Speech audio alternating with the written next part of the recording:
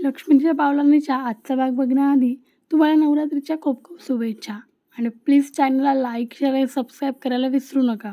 तर आजच्या भागात आपण बघणार आहोत, बाहेर पाणी भरता भरता कला, काजल आणि संगीता विचारच करत असतात की कोणी केला असेल हल्ला, कोणी मुद्दामून केला असेल का.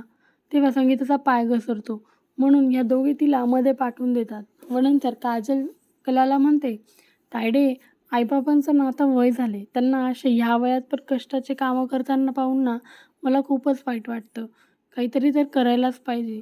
त्यावर कला म्हणते, बघू आपण काहीतरी. हॉलमध्ये अद्विक आणि दिनकर कोणी हल्ला केला असेल, कसं काय केलं असेल याबद्दल बोलत असतात. तेव्हाच अद्विक म्हणतो की मी पोलिसांना फोन लावून विचारतो.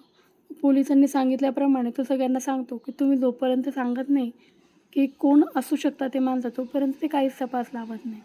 हे सगळं झाल्यावर अद्विक मोबाईल चार्जिंगला लावतो, तेव्हा त्याला छोटासा करंट लागतो व तो जोरात ओरडतो. कला विचार करते, एवढासा करंट लागला आहे, असं वाटतं वीज पडली आहे.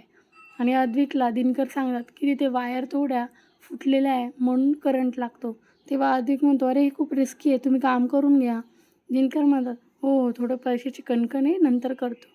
तेव्हा संगीता त्याला म्हणते, अद्विकराव, आमच्या घरात काही ना काही चालूच असतं. तुम्ही एक काम करा, मी तुम्हाला जेवायला वाढते, तुम्ही जेवून घ्या. आणि ती त्यांना जेवायला देते. तेव्हा सगळे आपापले कामं नेमून घेतात. रॉकेट येतो व म्हणतो, ताई हे सामान. कला ते सामान हातात घेऊन सांगते की माझा वेळ वाया नको जायला म्हणून मी सामान इथेच मागून घेतलं. आणि संगीता किचन आवरायला जाते, तर रॉकेट म्हणतो, मी काजलला इथेच मदत करतो. आणि कला आणि दिनकरसुद्धा घर आवरायला लागतात. जेवण झाल्यावर अद्विक ताट ठेवायला जातो की तिथे बेसिंग पण लिकेज असते असं संगीताकडून त्याला कळते, म्हणून ती त्याला बाहेर हात धुण्यासाठी पाठवते. बाहेर आल्यावर अद्विक कलाला म्हणतो, अगं थोडी तरी सुधारणा करा, डेव्हलपमेंट, माणसांच्या राहण्याच्या लायकीचं तरी बनवा. तेव्हा कला म्हणते, खूप जण ना हे असेच राहतात घरात, तू फक्त श्रीमंत म्हणून चांगल्या घरात असतोच, ते हजारातून एक आहे, बाकी सगळे असंच राहतात म्हणून तुला माहीत नाही आणि आम्ही करतो ॲडजस्ट, तुला जर नसलं तर तुझे जा. तर अद्विक म्हणतो, मला पण काय हौस आहे इथं थांबायची, हात धुवून जातो. आणि हात धुतो. तेव्हाच कला मनातल्या मनात करते की ते नाटकं याचे, सगळे श्रीमंत चांगले आणि गरीब वाईट हे धरले त्याचं. व दोघे मध्ये जातात.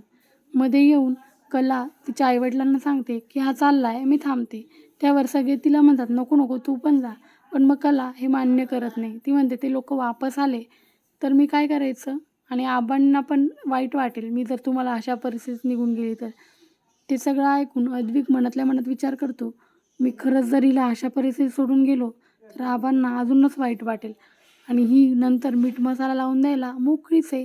नाही, मी थांबतो. व तो सगळ्यांना सांगतो की तो पण थांबतोय. तो तिथे बसतो आणि नंतर संगीता त्याला विचारते, जावई बापू तुमचं डोकं बरं आहे ना, मी तुम्हाला काहीतरी पेनकिलर वगैरे देते. ते ऐकून कळा चिडते व म्हणते, आई त्याचं डोकं दुखते, डोकं बंद नाही झालं आहे, तू बघील ना तसं, पाय आहेत त्याला. तेव्हा संगीता तिच्यावर चिडते व म्हणते, तू हे असं नको बोलू, ते आमचे जावई बापू आहे, आम्ही खपून घेणार नाही बोललेलं. हे ऐकून अद्विक म्हणतो, खरे हे तुझं माहेर आहे, त्यामुळे तू इथं मला चुकीचं ठरवू शकत नाही. व तो मुद्दामून डोकं दुखायचं नाटक करून म्हणतो, पेनकिलर आहे का. तेव्हा संगीता त्याला घेऊन पेनकिलर द्यायला जाते. अद्विक म्हणतो, अहो मला ऐकायची सवय झाली आता, मी ॲडजस्ट करून घेतो.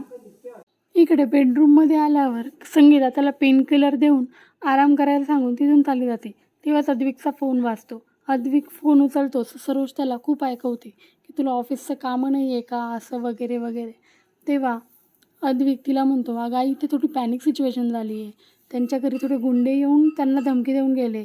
तेव्हा सरोज म्हणते, अरे त्यांनी हप्ते भरले नसतील तरी आले असतील आणि तुला काय करायचं आहे, ते त्यांच्या घरातलं बघून घेतील. तेव्हा अद्विक म्हणतो, नाही आई पतसंस्थेचे लोक नव्हते, मी कॉल करून विचारलं होतं.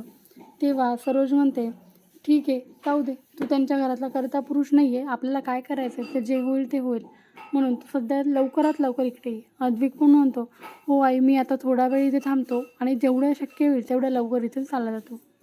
आजच्या भागात एवढेच. तर तुम्हाला काय वाटते, अद्विक पत्ता लावू शकेल का की कोणी केला कलाच्या घरी हमला, आणि जाणून घेऊन काय रिॲक्शन असेल त्याची, तर हे मला कमेंट करून नक्की कळवा. आजचा भाग आवडला असेल तर प्लीज प्लीज प्लीज चॅनलला लाईक, शेअर आणि सबस्क्राईब करायला विसरू नका.